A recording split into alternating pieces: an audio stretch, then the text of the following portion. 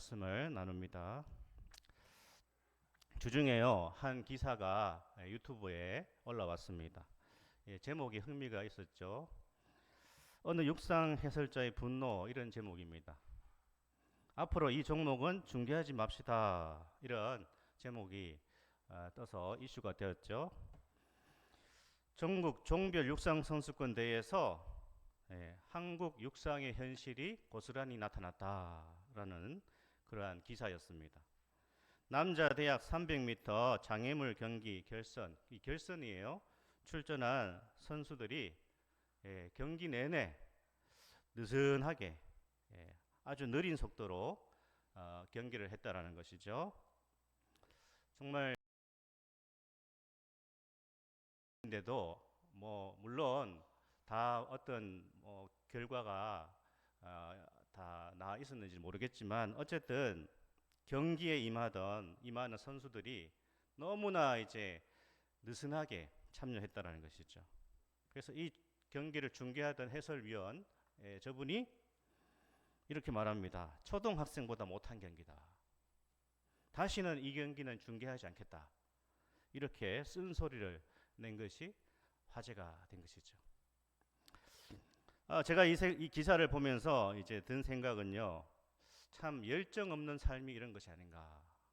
목표 없는 삶이 이런 것이 아닌가라는 생각을 했습니다. 그런 의미에서 오늘 잠언의 주제가 게으름이라는 것이 이 기사와도 일맥상통한다 느껴지죠.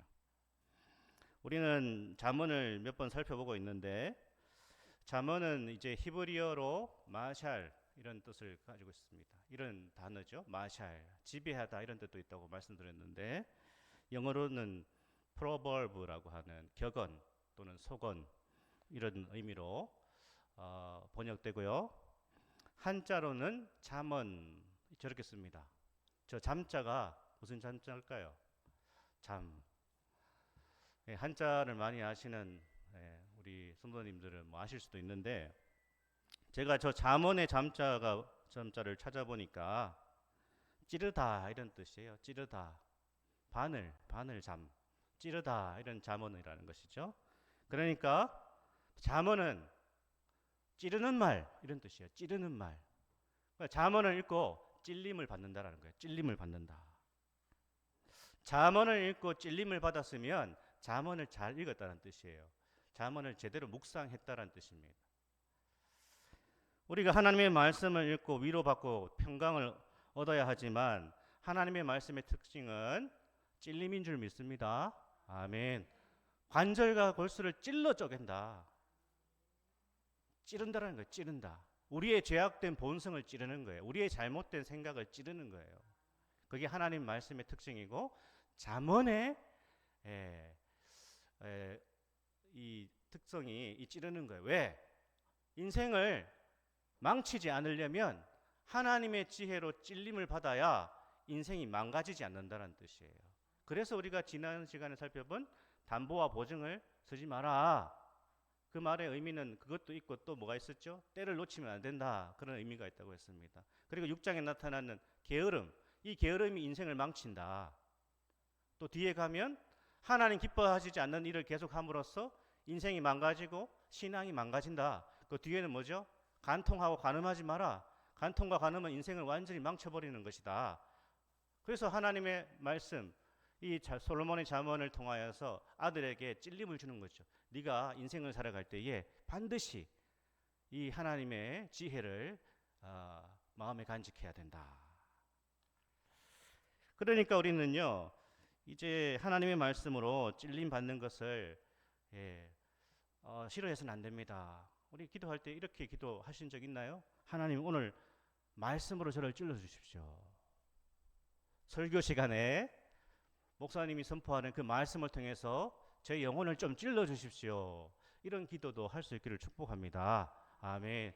나의 마음에 위로와 평강을 용기를 주는 말씀도 주십시오 하지만 하나님 저를 좀 정신 차리게 해주세요. 이런 기도도 하셔야죠. 그게 균형 잡힌 신앙입니다.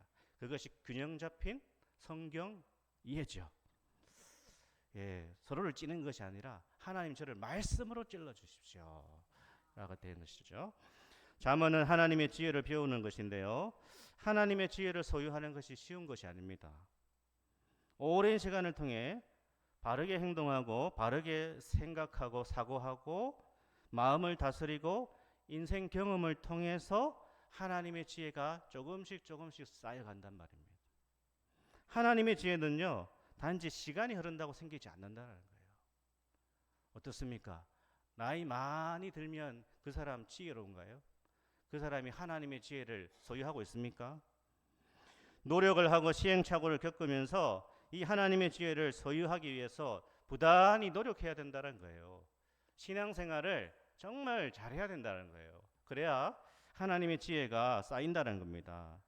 하나님의 지혜를 얻는 것이 쉬운 것이 아니에요. 왜 그렇습니까? 우리의 죄악된 본성 때문에 그렇고 또 세상이 있어요. 세상의 지혜와 하나님의 지혜가 충돌하기 때문에 이 하나님의 지혜를 쌓아가는 것이 쉽지 않습니다. 세상의 지혜가 가로막습니다. 세상의 말이 가로막습니다. 세상의 말이 하나님의 말씀을 가로막아요. 그렇죠?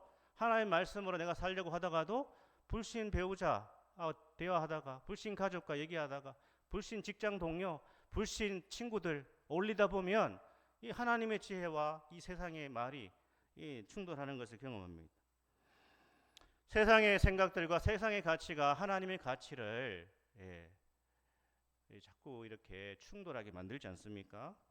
그래서 하나님의 지혜에 집중하지 않으면요, 세상의 얄팍한 꾀를 마치 지혜로움이다 이렇게 착각하고 휩쓸릴 수 있다라는 거예요.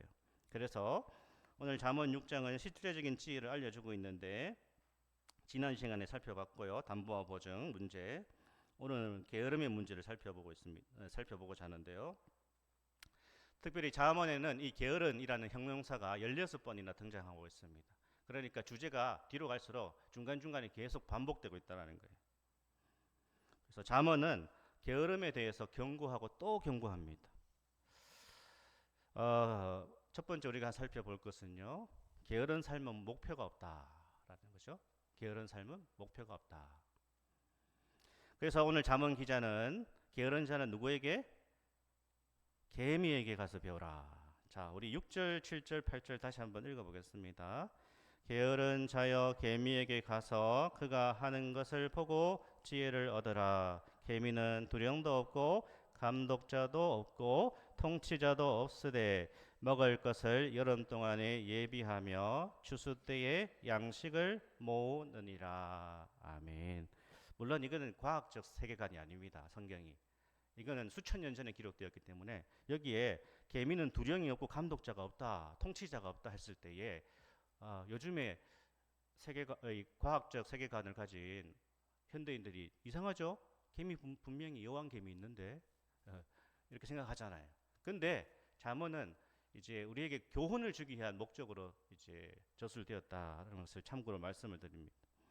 개미는 양식이 없는 이 겨울을 대비해서 평소에 부지런히 움직인다는 것입니다.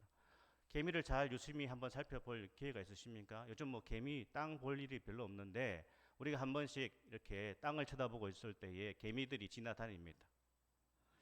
어떤 때는 자기 몸보다 훨씬 큰 그런 뭐 벌레나 이런 음식들을 옮기죠.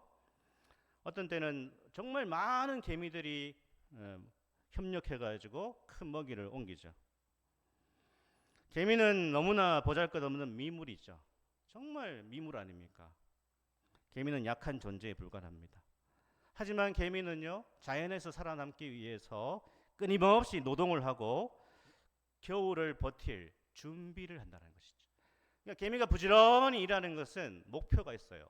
겨울에 살아남기 위한 목표가 있다는 것입니다. 잠언 30장 25절 한번 볼까요? 자, 한번 넘겨보세요. 자, 한번 읽어보겠습니다.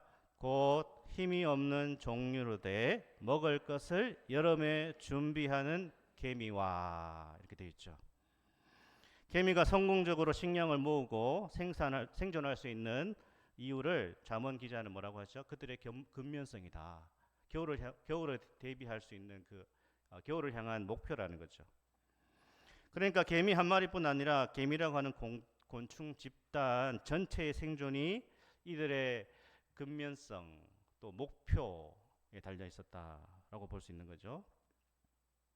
그러니까 잠언 기자는 개미라고 하는 이 곤충을 통하여서 우리에게 교훈을 주고자 하는 것이죠. 개미가 힘든 노동을 여름 내내 지속하는 이유는 바로 목표다. 그 목표는 생존이었다라는 것이죠. 겨울에 살아남아야 한다는 분명한 목표가 이들을 근면으로 이끌었다. 계속해서 움직이게 만든다. 그럼 우리는 잠언을 통해서 어떤 교훈을 얻을 수 있습니까? 아, 개미처럼 일해야지. 이건 너무나 단순한 겁니다. 개미처럼 일해야지 그런 결론이 아니고 삶의 목표, 신앙생활의 목표를 잡아서 꾸준히 그 일을 지속해 나가야 된다. 이게 핵심 포인트예요. 아멘. 게으른 자는 이런 목표나 발전이 없다라는 거예요. 삶과 신앙에서. 어떤 일을 1년간 혹은 10년간 계속했다라는 것은 좋은 일이죠. 하지만 그 일을 계속하면서 목표를 세우고 조금씩이라도 발전해 나가야 된다라는 거예요. 우리의 가정생활, 직장생활, 신앙생활을 꾸준히 해온 것 귀한 건데 그 일을 3년, 5년, 10년 그 전의 모습과 그 이후를 비교했을 때 아무런 발전이 없다. 그러면 우리가 한번 생각해 봐야 된다. 그러니까 우리가 뭔가를 해 나갈 때 조금씩 발전이 있어야 된다는 겁니다. 그 발전은 어디서 오는가? 목표에서 온다는 거예요. 선한 목표와 선한 목적을 가질 때에 우리는 조금씩 뭔가 달라지기 시작한다는 거죠. 게으른 자는 일을 해도 목표가 없고 모든 일을 아주 단순하게 한다는 겁니다. 그것은 잠언 기자가 볼 때 게으른 것이다. 단지 오늘 직장에 내가 출근했다? 여기에서 멈추면 안 된다는 것이죠. 내가 오늘 가족들 밥을 차려줬다, 안 차려줬다, 예배를 드렸다, 안 드렸다. 그냥 이런 식으로 생각하는 것은 게으름에 속할 수 있다는 거예요. 예배를 드렸다, 설교를 몇 번 내가 들었다. 중요한 것은 어떤 내 마음에 붙드는 말씀이 있었는가? 내가 생각하는 그러한 말씀이 나에게 남아있는가? 이게 이제 목표가 있는 신앙생활이죠. 그것이 가정생활이고 우리의 직장생활이 되어야 된다라는 거예요. 그런 의미에서 성경을 많이 읽는 것은 귀한 일이지만요. 한 장을 읽을 때도 좀 생각하고 읽어야 된다는 거예요. 한 장 읽을 때에 그 말씀의 어떤 의미를 묵상하고 그 말씀을 이해하기 위해서 노력하는 것도 참 너무나 귀한 것이다. 우리는 단지 희망사항만 가지고 있으면 안 된다는 거예요. 단지 희망만 가지고 있는 것이 아니라 자신이 생각하는 삶과 신앙의 목표를 가지고 그 일을 발전시켜 나가는 것이 성실함이다 라는 차원까지 가야 된다는 것이죠. 여러분, 단지 희망만 가진 게 뭐죠? 단지 희망사항만 가진 게 뭡니까? 잘 살았으면 좋겠다, 건강했으면 좋겠다, 신앙이 좋아지면 좋겠다, 살을 빼면 좋겠다. 단지 희망사항이에요. 그러려면 어떻게 합니까? 그 희망사항을 이루려면 구체적인 계획이 있고 목표가 있어야 된다. 희생이 있어야 된다. 그렇지 않으면 단지 희망에 불과하다라는 것입니다. 자, 우리가 두 번째 살펴볼 것은요, 비슷한 의미를 가지는데 열정 없는 삶입니다. 게으른 삶은 열정이 없습니다. 우리 한번 따라해 볼까요? 게으른 삶은 열정이 없습니다. 게으른 삶은 열정이 없습니다. 그래서 이 비유가 게으른 자의 일상을 소개하죠. 우리 9절, 10절, 11절 한번 읽어보겠습니다. 게으른 자여, 네가 어느 때까지 누워 있겠느냐? 네가 어느 때에 잠이 깨어 일어나겠느냐? 좀 더 자자, 좀 더 졸자, 손을 모으고 좀 더 누워 있자 하면 내 빈궁이 강도같이 오며 내 곰핍이 군사같이 이르리라. 아멘. 이제 이 구절은요, 대조법, 대조하는 거죠. 대조법을 사용해서 게으른 사람에게 일침을 가합니다. 개미는 근면하지만 게으른 자는 침대에서 나오지 않는다. 아주 비슷한 구절이 또 게으른 자의 모습을 26장에서 소개하고 있습니다. 한번 볼까요? 자, 26장 13절에서 16절을 한번 읽겠습니다. 게으른 자는 길에 사자가 있다, 거리에 사자가 있다 하느니라. 문짝이 돌저기를 따라서 도는 것 같이 게으른 자는 침상에서 도느니라. 게으른 자는 그 손을 그릇에 넣고도 입으로 올리기를 괴로워하느니라. 게으른 자는 사리에 맞게 대답하는 사람 7보다 자기를 지혜롭게 여기느니라. 아멘. 재밌는 것은 여기 돌저기가 나오죠. 문짝이 돌저기를 따라 도는 것 같이 힌지, 문을 붙잡고 있는 것이 저 힌지 돌저기입니다. 문을 힌지가 붙잡고 있기 때문에 문이 떨어지지 않는 거죠. 참, 이 고대 이스라엘인들이 참 지혜가 있죠. 이 힌지가, 이 돌저기가 언제까지 문에 붙어 있습니까? 문을 교체하거나 문이 폐기될 때까지 저 힌지가, 돌저기가 문에 붙어 있지 않습니까? 그러니까 계속 침상에서 게으르게 지내는 사람들은 폐기 처분된다, 뭐 이런 뜻이에요. 아주 기가 막히게 비유를 쓴 거죠. 물론 너무나 피곤하거나 몸이 아프면 침대에 누워서 쉬어야 됩니다. 잠은 중요하죠. 잠을 잘 자야 된다고 합니다. 잠을 잘 자야 건강이 유지된다고 합니다. 잠을 못 잘 때 우리 몸에 여러 가지 문제가 생긴다고 하죠. 최근에 그 건강 관련 의사들이 말하죠. 잠을 제대로 못 자면 뇌가 지저분해진다 그래요. 그래서 치매에 걸릴 확률이 높아지는 이유 중에 하나가 제대로 잠을 못 자는 사람들이 치매 확률이 높아진다는 거예요. 그러니까 잠이 보약이다, 밥이 보약이라고 하지만 잠이 보약이다라는 것입니다. 우리 성도님들 하루에 몇 시간 주무십니까? 우리 건강 이런 의학에 의하면, 보고에 의하면 하루에 7시간에서 9시간은 잠을 자야 된다라고 하지 않습니까? 아무리 운동을 열심히 하고 좋은 음식 먹어도 잠을 못 자면 건강이 망가진다고 합니다. 이것도 한번 따라해 볼까요? 잠이 보약입니다. 잠이 보약. 잘죠. 그래서 시편 127편 2절은 잠을 절대로 정죄하지 않아요. 시편에 나오죠? 우리 한번 읽어볼까요?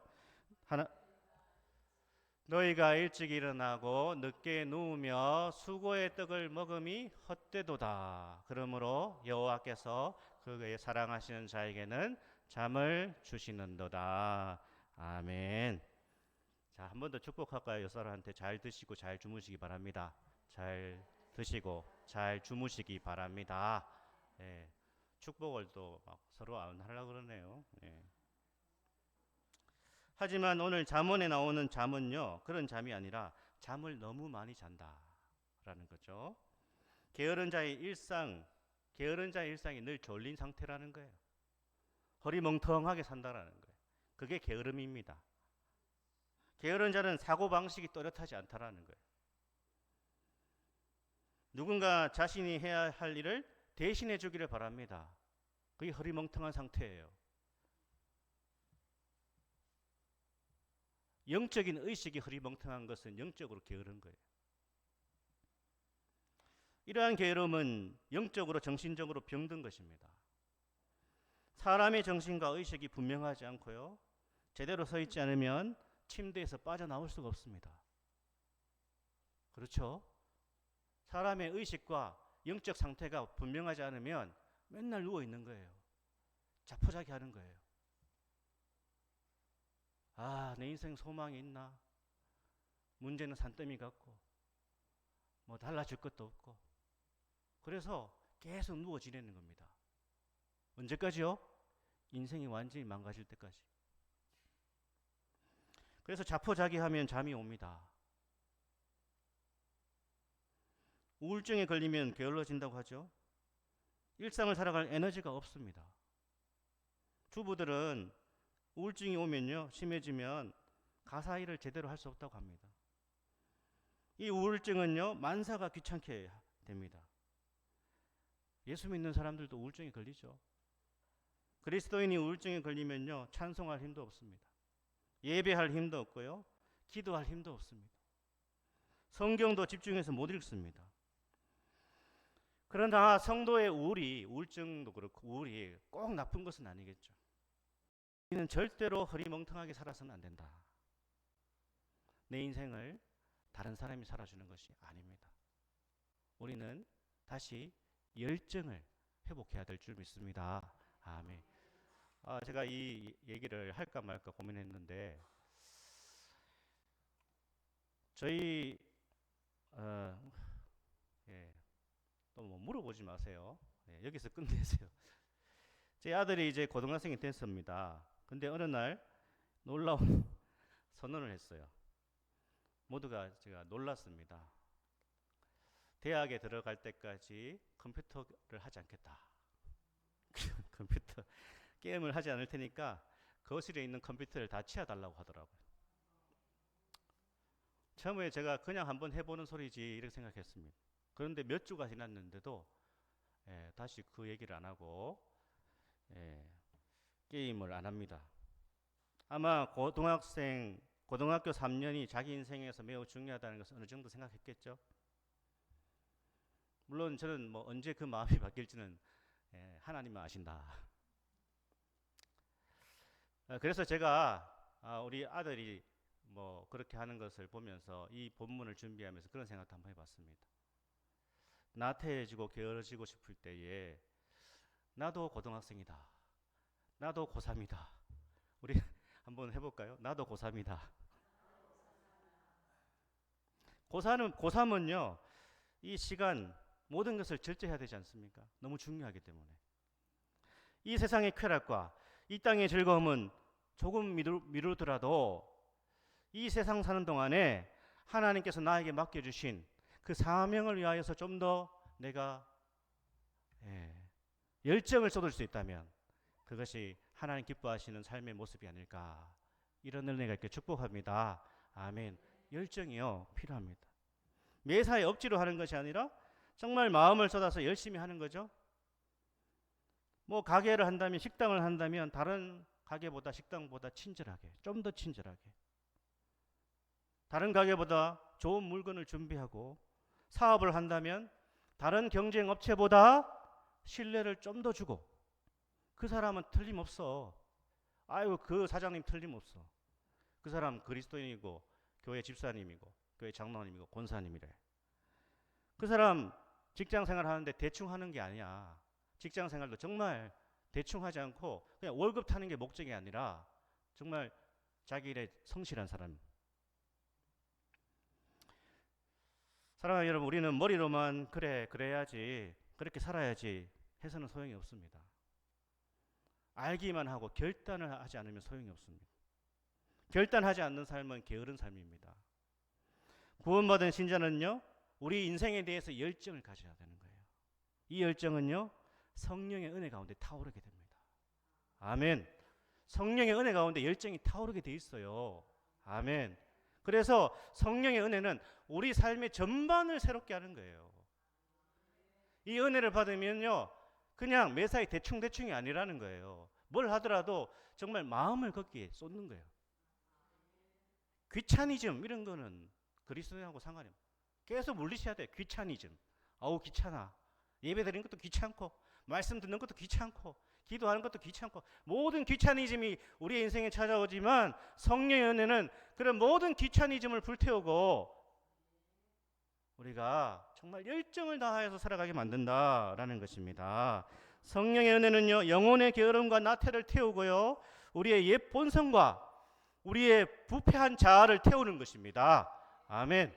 그래서 기도하실 때에 이 제목을 놓고도 우리가 기도해야 됩니다. 하나님, 제가 목회를 하고 있는데 제가 자포자기하거나 열정이 식어버리거나 무기력해지지 않도록 도와주시고, 끝까지 하나님이 저에게 주신 은사를 따라서 정말 열정을 다할 수 있는 그러한 목회가 되게 하시고 사역이 되게 하시고, 우리 성도들도 삶의 모든 영역에서 어디에서나 열정을 가진 그러한 시민과 사회인과 또한 신앙인 될 수 있기를 소망합니다. 아멘. 우린 너무 핑계가 많지 않나요? 몸이 약합니다. 가진 것이 없습니다. 나이가 많습니다. 다 핑계에 불과합니다. 하나님의 나라와 진리에 대한 분명한 확신이 있으면 이런 핑계는 그렇게 중요하지 않아요. 하나님, 저는 몸이 약해요. 가진 게 없어요. 돈이 없단 말입니다. 세상에서 내세울 게 없단 말입니다. 그게 하나님 나라와 무슨 상관이 있죠? 그게 복음과 무슨 상관이 있습니까? 하나님 말씀은 언제 네가 돈이 없으니까, 네가 세상에 번듯한 것이 없으니까 너는 그냥 찌그러져 있어라, 그런 말씀이 어디에 있습니까? 네가 교회가 작으니까, 성도 몇 명 안 되니까 그냥 대충 목회해라, 그런 게 어디 있습니까? 우리는 마지막까지 불꽃처럼 타오르는 그러한 믿음의 사람 되기를 소망합니다. 이러한 신앙의 열정과 영혼의 열망이 없다면 그 믿음과 영혼은 계속 가난해집니다. 계속 가난해진단 말이에요. 계속 나태해진단 말입니다. 하지만 영혼의 열정을 가진 사람은 날마다 조금씩 영적인 성실함을 가지고요, 좋은 그리스도인으로 변화되어 가는 것입니다. 마지막에 천국에 도달했을 때는 너무나 아름다운 존재로 우리 주님 앞에 설 줄 믿습니다. 아멘. 마지막으로 하나 소개하고 간증 마치겠습니다. 노동운동을 하다가요, 예수를 믿은 한 전도자의 간증입니다. 이 사람이 노동운동을 하다가요, 한계를 느끼고 복음사역에 헌신했습니다. 그 사람이 기자와 인터뷰를 끝내고 마지막으로 이런 말을 했다고 합니다. 저는 한 가지 기도를 자주 하나님께 드립니다. 그 기자가 물었습니다. 무슨 기도냐고. 하나님, 저는 능력이 없으니 다른 사람처럼 주님의 일을 잘하지는 못합니다. 그런데 하나님, 만일 누군가에게 하나님의 일을 맡겼는데 그 사람이 게을러서 그 일을 안 한다면 그런 일은 모두 저에게 주십시오. 그런 기도를 드린대요. 저는 재능은 많이 없지만 그러나 주님이 저에게 어떠한 일을 맡기시더라도 그 일을 계속해 나가고 싶습니다. 이 간증과 이 고백이 저와 우리 성도님들의 간증이 되시고 또 기도 제목이 되시고, 정말 게으름 때문에 우리 삶이 망가지지 않도록, 수많은 기회를 놓치지 않도록, 신앙의 자리에서 이탈하지 않도록 영적인 게으름과 우리 삶의 게으름을 경계하시고 언제나 목표가 있는 삶, 열정이 있는 삶, 하나님께 영광이 되는 그러한 복된 아름다운 신자의 생애를 끝까지 살아갈 수 있기를 축복합니다. 아멘. 우리 한번 기도할까요? 우리 말씀을 생각하시면서 하나님, 이 게으름을 경계하기를 원합니다. 늘 이렇게 하나님이 우리에게 주신 인생의 신앙의 목표와 열정을 잃어버리지 않도록 주님 저를 붙들어 주시고 성령의 은혜 가운데 모든 영적인 이러한 나태함을 불태우고 주님 붙들고 바라보고 끝까지 승리하게 도와주십시오. 한번 같이 기도합시다.